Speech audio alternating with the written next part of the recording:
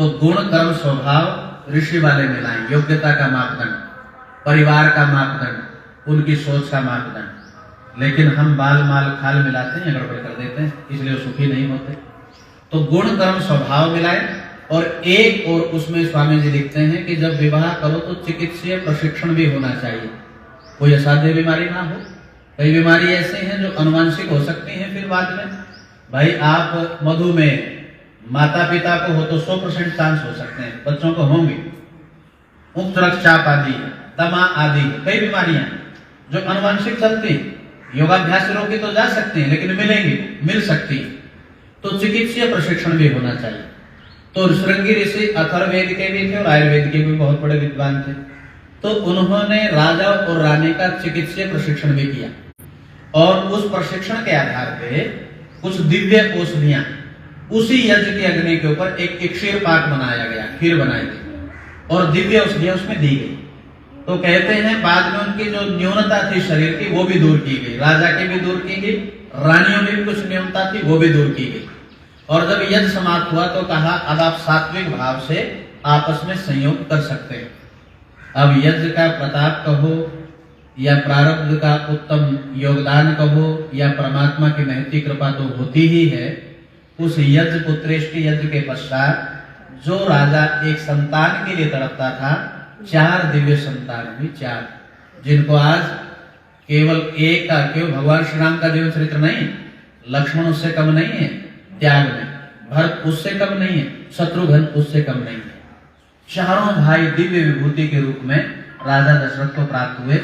और बच्चों आपको बताना चाहता हूं कि इनकी प्रारंभिक शिक्षा वशिष्ठ जी के यहाँ गुरुकुल में हुई और गुरुकुल में इन्होंने वेद वेदांग को, वैदिक साहित्य को, व्याकरण आदि को, महाभाष्य आदि को और जितना भी हमारा वैदिक वांग्मय है उनका अद्योपात स्वाध्याय किया। इसलिए वो जन्म से तो अक्षत्रिय थे लेकिन कर्म से ब्राह्मण भी थे, विद्वान थे, वेदों के प्रकांड विद्वान चारों भाई थे। और जब वो अपने घर पे आए राजकुमार बनकर, यानी ब्रह्मचारी बन के गए थे, कुमार बनकर अयोध्या में आए, तो याद रख लेना उस समय उनकी आयु 16 से 17 वर्ष की थी। तो बचपन से लेकर 17 वर्ष पर्यंत आचार्य ने अपने गर्भ में रख के उनका निर्माण किया।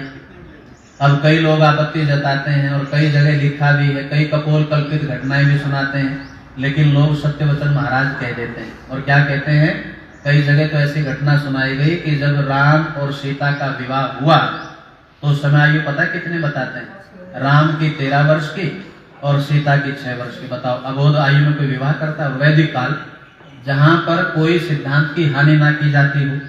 तो जब ये राजकुमार के रूप में आए तो उस समय आयु 17 वर्ष की थी। अब अयोध्या नगरी में ये आए और आए हुए केवल 2 ही 3 दिन हुए होंगे, उसी समय महर्षि विश्वामित्र जी आ गए। और महर्षि विश्वामित्र को देखकर राजा दशरथ बड़े प्रसन्न हुए। उन्होंने अर्घ्यदान दिया, उनका जो है पग प्रक्षालन किया और बैठने के लिए सुंदर आसन दिया और कहा ऋषिवर आपका आना कैसे हुआ? तो विश्वामित्र कहते हैं भाई हम बहुत बड़े यज्ञ का आयोजन अपने आश्रम में, भारद्वाज आश्रम में कर रहे हैं, लेकिन इस समय कुछ राक्षस उसमें व्याधियां डाल रहे हैं।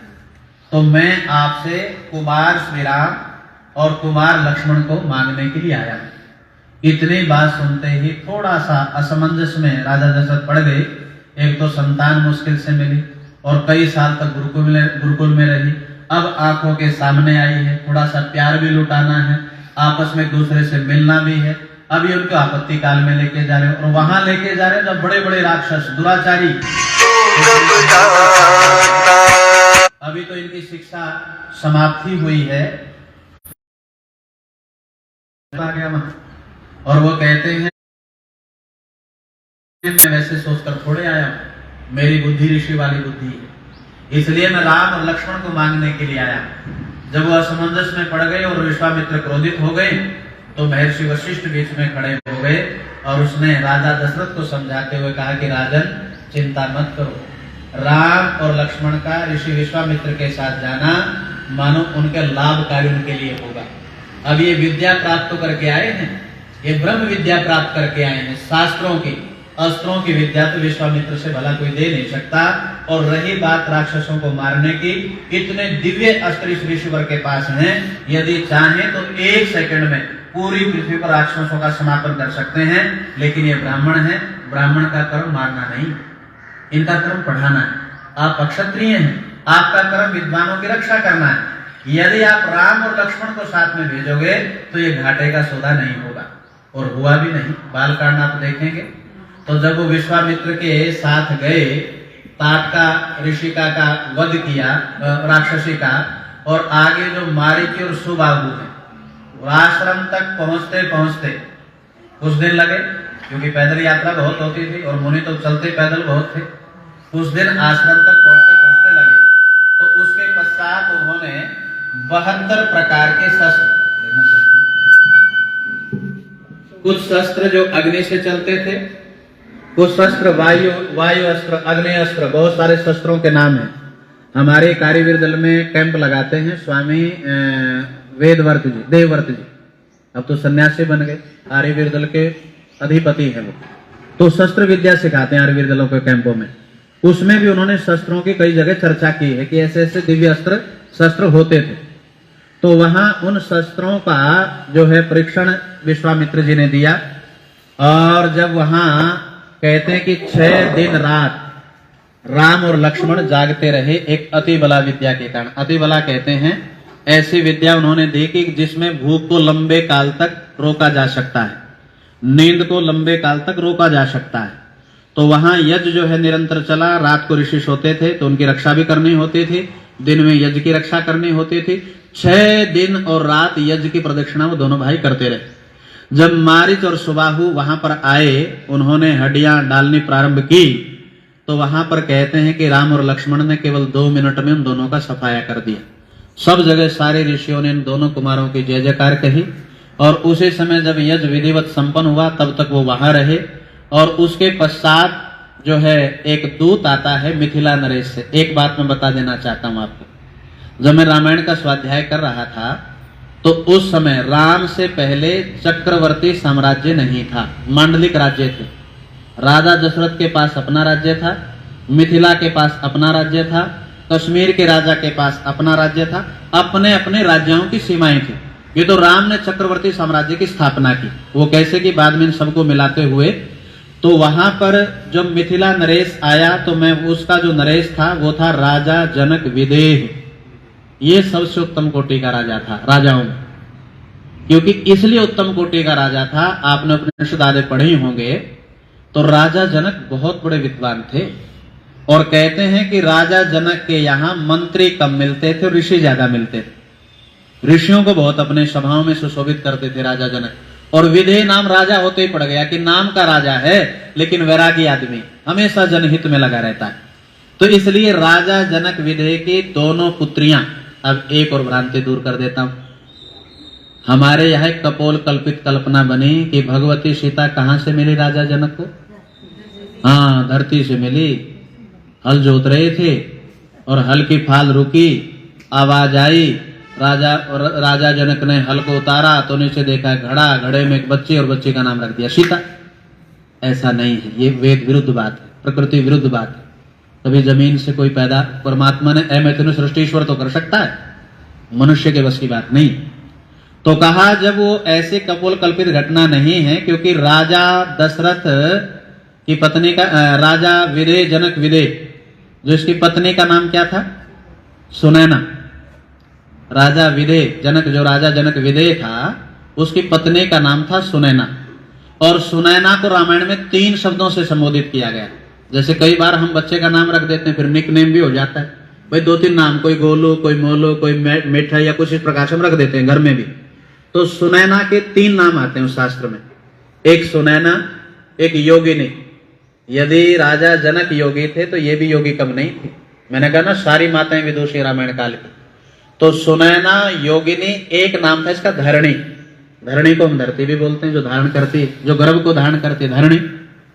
तो धरणी पुत्री थी, लेकिन धरती पुत्री लिख दिया। गर्भ में पैदा हुई और वीर्य शुल्का लिखा। महाराजा जनक ने बार बार कहता मेरी वीर्य शुल्का, मेरी वीर्य शुल्का पुत्री।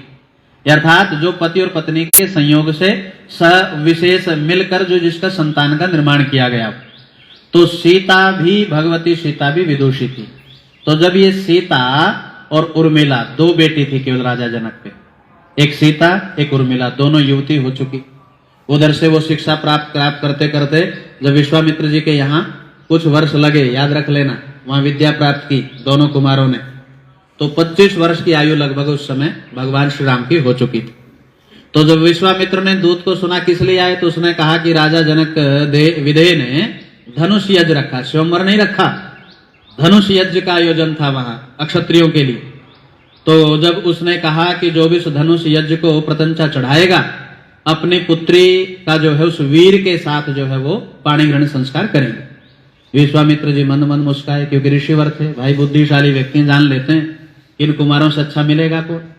तो दोनों कुमारों को लेकर जो मिथिला नरेश के यहाँ पहुंच गए। और राजा जनक ने भी जब प्रथम बार उस इन दोनों कुमारों को देखा, ब्रह्मचारियों को, जब चेहरे से पता लग जाता है ना, 10 गुण परिभाषा तो चेहरा या शरीर ही दे देता है, 90% जो है गुण अपनी परिभाषा देते हैं।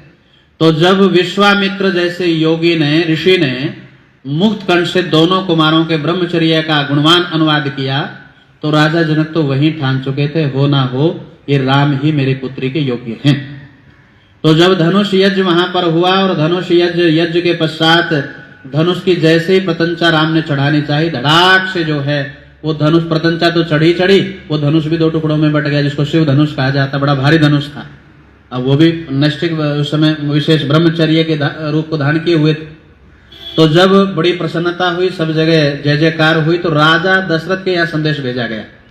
अब राजा दशरथ के यहाँ संदेश भेजा गया, खुशी से समाई नहीं कि विश्वामित्र जी के यहाँ गए, विद्वान भी बने, अब गृहस्थी भी बन रहे मेरे पुत्र मेरी आंखों के सामने। तो कहते हैं कि वो अपने पुत्रों को, दोनों को, जो भरत और शत्रुघ्न वहां थे, उनको और अपनी चतुरंगिणी सेना को लेकर जब राजा जनक विदेह की दहलीज पर पहुंचे, एक बात से प्रेरणा ले लो दुनिया के लोगों, हम कई बार वर पक्ष को बहुत ऊंचा मानते हैं और कन्या पक्ष को हम ढीला मानते हैं।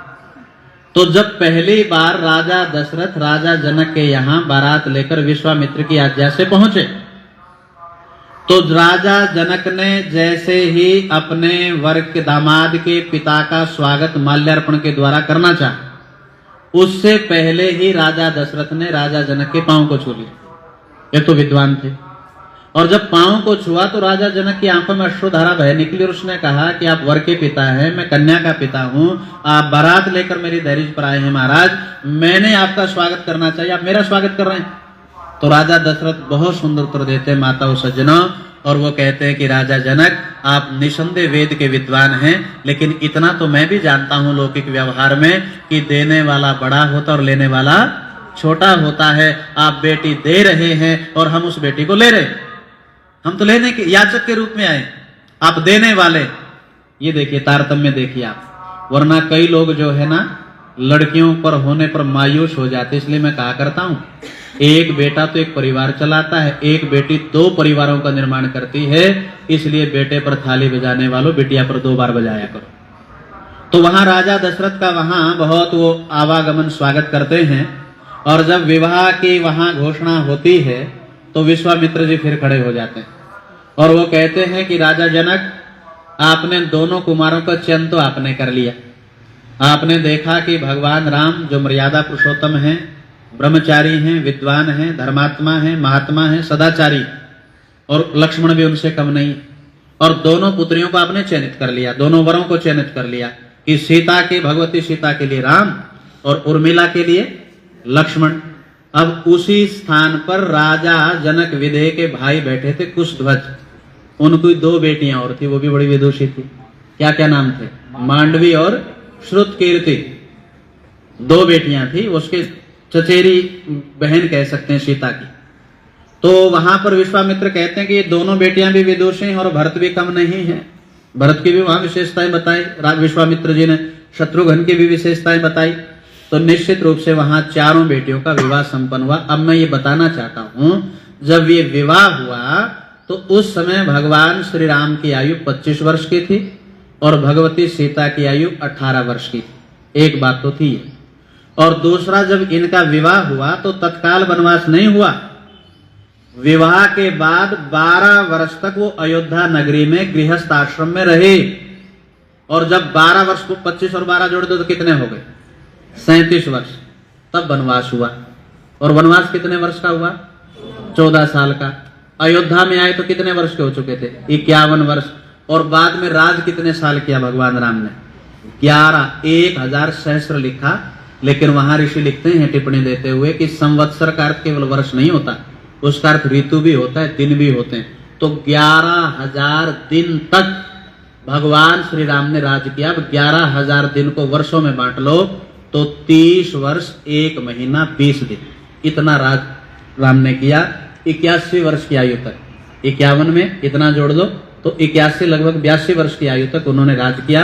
बाद में वानप्रस्थ की दीक्षा में दीक्षित हुए। तो विस्तार से वर्णन है। तो बाल कांड के पश्चात बहुत उनके, जब आप कांड को पढ़ोगे तो बड़ी प्रेरणा मिलती है। और बाद में जब वो वनवास होता है तो वहां पर महर्षि वशिष्ठ लिखते हैं, देखो दीर्घ गंभीर राम की, एक आदमी यदि लाभ हो तो इतरा कर फूला नहीं समाता वो, और दुख आ जाए तो इतनी घबराहट होती है मानो अभी इसको अटैक आ जाए, हृदयघात हो सकता है, इतना तनाव में चला जाता है। भगवान श्री राम जो आज रात को भगवती सीता भी स्तुति गान कर रही है कि भगवान कल तो आप राजा बन जाओगे, महाराज धीराज बन जाओगे। तो उस समय भी जो शांत भाव भगवान श्री राम का था, योगी का लक्षण होता है ये। और जब प्रातः काल जब वो चले और सुमंत्र ने कहा कि पिता ने बुलाया है और राजमहल में नहीं बुलाया, अपने शयन कक्ष में बुलाया है। राम समझ तो गए, जब शयन कक्ष में बुलाया जरूर कोई ना कोई बात तो है। जब शयन कक्ष में गए तो राजा दशरथ ने तो एक बार भी नहीं कहा कि मैं बेटा तेरा राज तिलक नहीं चाहता, क्योंकि पुत्र से मोह बहुत था राजा दशरथ का, बहुत अधिक मोह भगवान श्री राम से करते थे। एक बार भी, जब रामायण काल आप पढ़ोगे ना, राजा दशरथ ने कहीं नहीं कहा कि मैं तुझे वन भेजना चाहता हूं। कई बार कह रही है कि बेटा इस पिता ने 2 वर मुझे कभी दिए थे और मैंने दोनों वर मांग लिए और ये इतने हताश हो गए कि पूरी रात 3 बार तो मूर्छित हुए। जब ये बात भगवान श्री राम ने सुनी तो कहा कि माता मुझे क्यों नहीं बुलाया, और यदि मुझे बताओ वो 2 वर कौन से हैं, तो कई कहती है एक वर तो बेटा ये है कि राज तिलक तुम्हारा नहीं मेरे बेटे का होना चाहिए, क्योंकि मंत्रा है, आज घर घर में मंत्राएं बहुत है। तो कहा कि मेरा बेटा राजा बनना चाहिए, और दूसरा बेटा वर ये मांगा है कि तू 14 साल के लिए मुनि वेश में वनों में जाए, यहां नहीं रहो, क्योंकि यहां रहोगे तो हो सकता है कि भरत का मन भी परिवर्तित हो जाए। जब ये बात सुनी तो राजा राम मुस्कुराने लगे। उसने कहा मां बस यही बात थी, पिताजी इसीलिए चिंता में थे, मूर्छित थे। अरे ये तो एक आपने यदि मुझे वैसे ही आप संकेत कर देते तो मैं तो कल ही निकल जाता। कोई बात नहीं माता जी, राजा भरत ही जो है वो राजा बनेंगे और मैं अभी तैयारी तत्काल करता हूं, बस माता कौशल्या से अनुमति लेकर आता हूं, अभी तत्काल निकलता हूं यहां से। माता कौशल्या के पास गए तो कौशल्या ने भी कहा कि मैं भी तो पत्नी हूं, बेटा मैं आदेश देती हूं तुम नहीं जाओगे। लेकिन बार बार जब उन्होंने बहुत सुंदर उपदेश दिया कि नहीं माँ आपके वो पति हैं, मेरे पिता हैं, और उनकी प्रतिष्ठा कम ना हो, तो इसलिए आप मुझे आदेश दो और मुझे साथ में आशीर्वाद भी दो। खैर उसने माँ को मना लिया अच्छी प्रकार से, क्योंकि विद्वान थे और वकुपटता थी उनमें, खूब अच्छी प्रकार से उनको समझाया और कहा कि जब वो वहां से निकले तो फिर सीता के पास गए और सीता ने बहुत सुंदर, देखो यहाँ पत्नी का पता लगता है, आचार्य चाणक्य ने बहुत सुंदर बात लिखी है, पत्नी और मित्र का पता ही दुख में लगता है कि वो हैं कि अपने नहीं है। जब कहा कि भगवती सीता हे देवी मैं 14 वर्ष के लिए जा रहा हूं, तो उसने कहा अकेले थोड़े जाने दोगे नाथ। जब पाणी ग्रहण संस्कार हुआ था तो हम दोनों 2 जिस्म एक जान के रूप में परिवर्तित हुए थे। केवल सुख में ये पत्नी साथ नहीं देगी, यदि दुख की घड़ियों में भी जाओगे तो कांटे बिनने का और रास्ता साफ करने का काम ये भगवती सीता करेगी, मुझे साथ में ले चलो। जब बार बार उन्होंने विनय की तो कहा चलो तुम भी साथ में चलो, और आगे लक्ष्मण खड़े थे। और याद रख लेना माताओं, यदि आप देखोगे एक तरफ राम की मर्यादा की यदि प्रकाष्ठा है तो लक्ष्मण के त्याग की कमी नहीं है। 14 साल तक भगवान राम के साथ भगवती सीता साथ साथ में रही, लेकिन उस लक्ष्मण को देखो आप जिसने 14 साल पत्नी की विरह वेदना में जिसने व्यतीत किए हों और जो सेवा भाव में लगा रहा हो। और यही कारण है जब शक्ति लक्ष्मण को लगी थी, तो याद रख लेना, जब शक्ति लगी और वीर हनुमान ने संजीवनी के द्वारा सुषेण वैद्य ने उनको जीवन दान दिया, और जब जीवन दान उनको मिला, आंखें खुली, और उस समय सेना अंगद आदि ने, नील आदि ने, सुग्रीव आदि ने पूछा था लक्ष्मण से, लक्ष्मण घाव का दुख कैसा था? तो लक्ष्मण उत्तर देते हैं, कितना सुंदर उत्तर देते हैं, और वो कहते हैं, सुनो दुनिया के लोगों, यदि मूर्छित अवस्था पूछनी है तो मैं बता सकता हूं, यदि इस घाव का दुख पूछना तो राम से पूछो।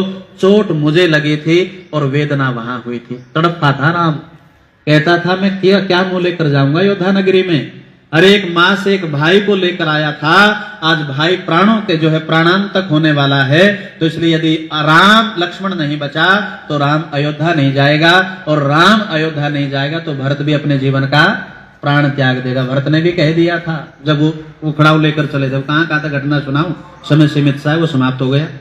जब वो खड़ाऊ लेकर चले थे तो राजा भरत ने रोते हुए कहा था कि भैया मैं तो राजपाट करूंगा नहीं, आपके चरण कमल ये राजपाट करेंगे।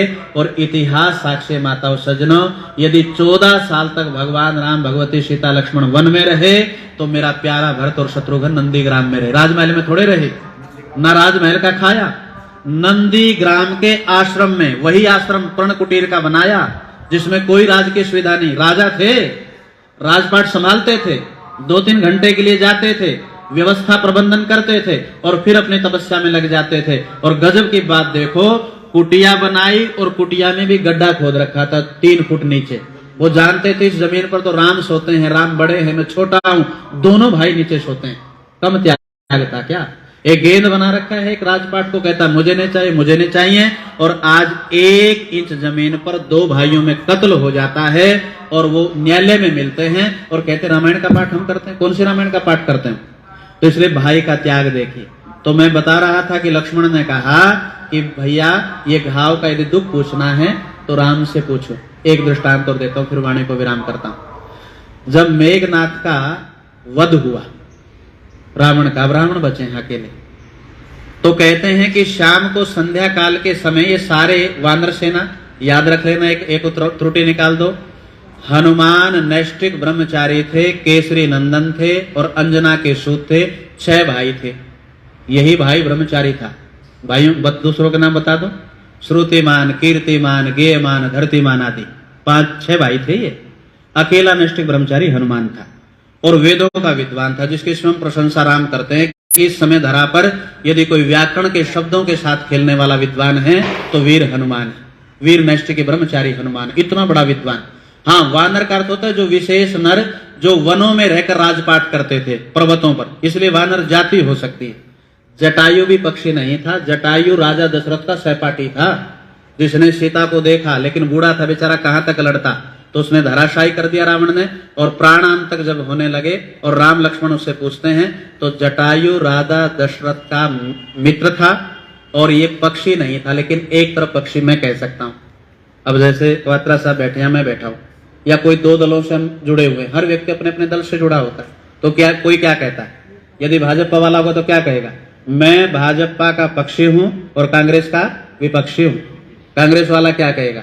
मैं कांग्रेस का पक्षी हूं और भाजपा का विपक्षी हूं। तो जटायु ने क्या कहा? मैं दशरथ नंदन राम का पक्षी हूं और रावण का विपक्षी हूं। तो वो भी पक्षी, बहुत बड़े विद्वान थे जटायु। और सुग्रीव आदि, बाली आदि सब बहुत बड़े अच्छे योद्धा रहे हैं। तो मैं अंत में एक दृष्टांत दे रहा था कि जब वो मेघनाथ का वध हुआ तो सायंकाल ये भाई आपस में बैठे हैं, चर्चा कर रहे हैं, कल की युद्ध की योजना कर रहे हैं कि अब रावण बचा है और रावण का वध कैसे किया जाए। तो विभीषण आदि, सुग्रीव आदि, नल, नील, अंगद आदि, हनुमान आदि वीर सेनापति सब एक पर्वत पर बैठे हुए।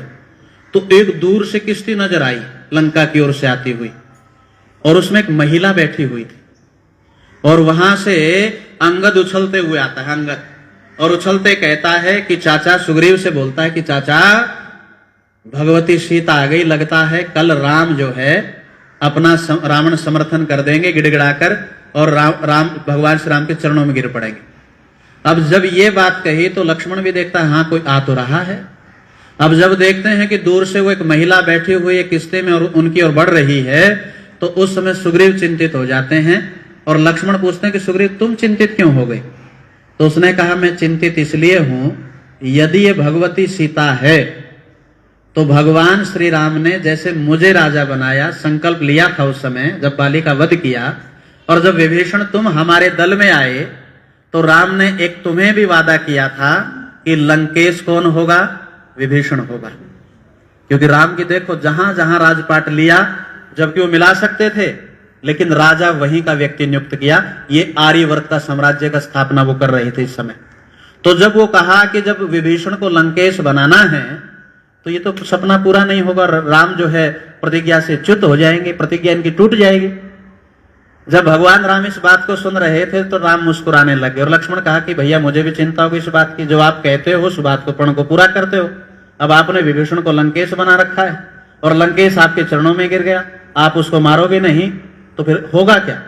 अब भगवान श्री राम मुस्कुराते हुए कहते हैं कि लक्ष्मण चिंता क्यों करता है, लंकेश को मैं अवधेश बनाऊंगा, अयोध्या का जो साम्राज्य है वो लंकेश को दूंगा और विभीषण को लंकेश बनाऊंगा।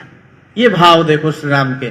और जब वो आगे आगे जब उस किश्ती बिल्कुल नजदीक आए तो पता लगा, पता उसमें कौन निकली, सुलोचना। और ये सुलोचना कौन थी, मेघनाथ की पत्नी। और मेघनाथ की पत्नी को देखकर सारे सन्न हो गए, क्योंकि आज ही प्रातःकाल मेघनाथ का सिर धड़ से अलग किया गया। अब राम गंभीर मुद्रा में हो गए, और जब वो राम के सामने आती है, नमस्ते करती है, विभीषण उनका परिचय देते हैं कि हमारी कुल पुत्र वधू विदुषी है, सुलोचना है, मेघनाथ की पत्नी।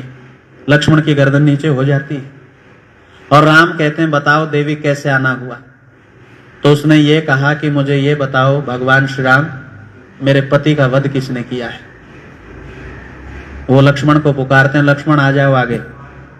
जब लक्ष्मण सिर झुकाकर आगे आते हैं, क्योंकि देखो युद्ध अपनी जगह है, परिवार के रिश्ते अपनी जगह है। एक सुहाग जब उजड़ जाता है तो उस देवी के लिए तो कम दुख नहीं था। तो जब लक्ष्मण आगे आता है और लक्ष्मण हाथ जोड़कर कहता है कि हे देवी वो पापी मैं ही हूं, लिखते हैं वो रामायण में कि वो पापी मैं ही हूं, मैंने ही आपके पति का आज प्रातः काल की वेला में युद्ध के स्त्र में वध किया है। अब ये सुलोचना कहती नजरें क्यों झुका रहे, नजरें तो मिला लो। नजरें मिलाकर और रोते हुए लक्ष्मण कहता है देवी वो पापी मैं ही हूं। तो वो सुलोचना कहती है कि लक्ष्मण तुम झूठ बोल रहे हो, वो पापी तुम नहीं हो और मेघनाथ को मारने की तुम्हारी बिसात नहीं है। वो मेघनाथ जो इंद्र को अपने बाजुओं में दबा सकता है, याद रख लेना, कम योद्धा नहीं था मेघनाथ। कहा जो इंद्र को नाच नचा सकता है, तुम्हारी तो बिसात ही क्या है, तुम मेघनाथ को मार दोगे। मेघनाथ ने लक्ष्मण तुम्हें नहीं मारा है। देखो कितना सुंदर उत्तर देती है सुलोचना, कहती है ये मेघनाथ और लक्ष्मण का युद्ध नहीं था, ये दो सतियों का युद्ध था। एक तरफ सुलोचना थी, एक तरफ उर्मिला थी। ये उर्मिला के 14 वर्षों का तप है। 14 वर्ष तक वो अपने पति से विक्त होकर तपस्या में लीन रही, इसलिए मेरी तपस्या में कहीं न कमी रही। ये उर्मिला की सुलोचना पर जीत है, मेघनाथ पर लक्ष्मण की जीत नहीं है। ये देखिए कितना बड़ा सामंजस्य परिवारों का दिखाते हैं। तो इसलिए माताओं सज्जनों, इन ग्रंथों को पढ़ा करो, क्योंकि ऋषि वर वैसे ही नहीं लिखते कि मर्यादाओं में जो प्रकाष्ठा को छूता वो मर्यादा पुरुषोत्तम श्री राम है। तो हम इनके जीवन चरित्र को पढ़ें, आने वाली पीढ़ी को प्रेरणा दे। जो टूट रहे रिश्ते और संस्कार नहीं दोगे, ये गर्भाधान आदि निकाल दो, पुनस्वन सीमंत निकाल दो, बालक तो कीड़े मकोड़ों की तरह पैदा हो जाएंगे, लेकिन कैसे पैदा होंगे। अब ये कार्य समाजी परिवार में घटना घटी 3 दिन पहले बाढ़ा में। 30 करोड़ की संपत्ति बेटों के पास है, लेकिन माँ बाप के लिए 2 रोटी नहीं है। हाँ, 30 करोड़ की संपत्ति, और बाप कहता है मरते हुए, जब उसकी पत्नी जहर खा के मर जाती है रोटी की बिलखती हुई, वो बेचारी अपाहिज थी, और बाद में कहता मैं भी खा रहा हूं और मेरी संपत्ति जो है आर्य समाज को दी जाए, लिखता है वो अपनी चल संपत्ति। ऐसी औलाद का मैं करूंगा क्या। तो इसलिए अपनी औलाद को जमीन संपत्ति जायदाद बाद में देना, पहले संस्कार दे देना, यही रामायण का पाठ है। तो इसलिए संस्कार विधि को पढ़ो, उस पर चिंतन करो और उस पर आगे बढ़ने का प्रयास करें। वाह,